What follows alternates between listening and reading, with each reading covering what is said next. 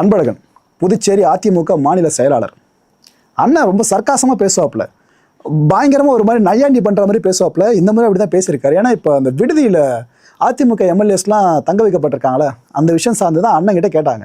அப்போ என்னென்ன சொன்னார்னா, ஏப்பா அந்த விஷயம் பற்றி சொல்கிறேன், அது மாதிரி சில விஷயம் நான் சொல்லிடுறேன்ட்டு ஸ்டாலின் அவர்கள் தோல்வியை தழுவினார்ல குளத்தூரில், இதனால் எடப்பாடி அவர்கள் மனசு ரீதியாக கஷ்டப்பட்டார்னு சொல்லியிருக்காரு.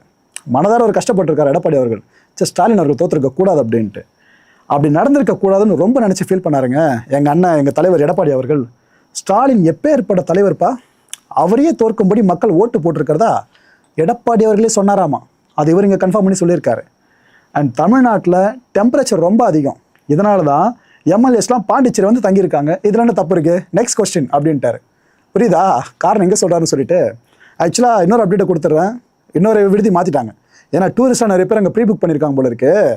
அதனால் இன்னொரு விடுதிக்கு ஏடிஎம்கே எம்எல்ஏஸை மாற்றியாச்சு, அதையும் சொல்லிடுறேன்.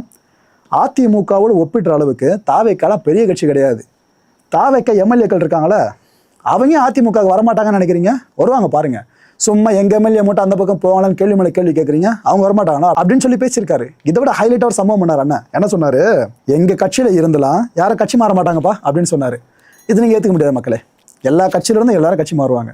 ஓபிஎஸ் அவர்கள் செய்யாததா, மற்றவங்க யாரும் செய்யாததா, செங்கோட்டையன் அவர்கள் செய்யாததா, சரி ரைட்டு. நேற்றுக்கு பெஞ்ச மழையில் இன்றைக்கி மொழ்ச்சா காலம் தான் இந்த தாவேக்கா. நான் சொல்லலை, அண்ணன் சொல்கிறாரு. அவங்களோட 20 எம்எல்ஏக்கள் பேரை சொல்லுங்கப்பா. ப்ரெஸ் பீப்புளை பார்த்து கேட்குறாரு, சொல்லுங்கப்பா நான் அரசியலை விட்டே போயிடுறேன்னு சொல்லிட்டாப்புல. ஆக்சுவலாக அண்ணன் சொல்கிறது கொஞ்சம் ஆணவமாக உங்களுக்கு தெரிஞ்சாலும் யோசிச்சு பாருங்களேன். தாவேக்கால எந்தெந்த வேட்பாளர்கள் தெரிஞ்சால் ஓட்டு போட்டிருப்பீங்க? விசில் சின்ன இருக்கா, விஜய் முகத்துக்காக தான் ஃபுல்லாக ஓட்டு போட்டிருப்பீங்க.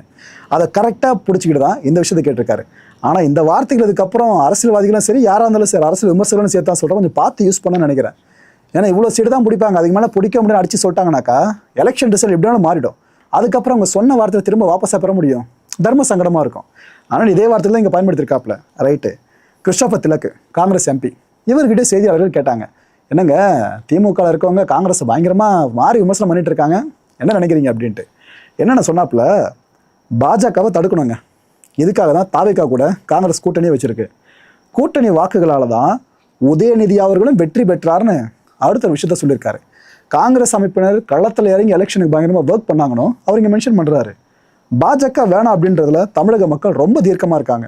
தமிழக மக்களோட நலன் கருதி நாங்கள் சில முடிவுகள் எடுக்கணும்ல, அதனால் இந்த முடிவு எடுத்தோன்னு கூட்டணி சார்ந்த அந்த முடிவு எடுத்தாங்களே, அதை ஜஸ்டிஃபை பண்ணியிருக்காரு.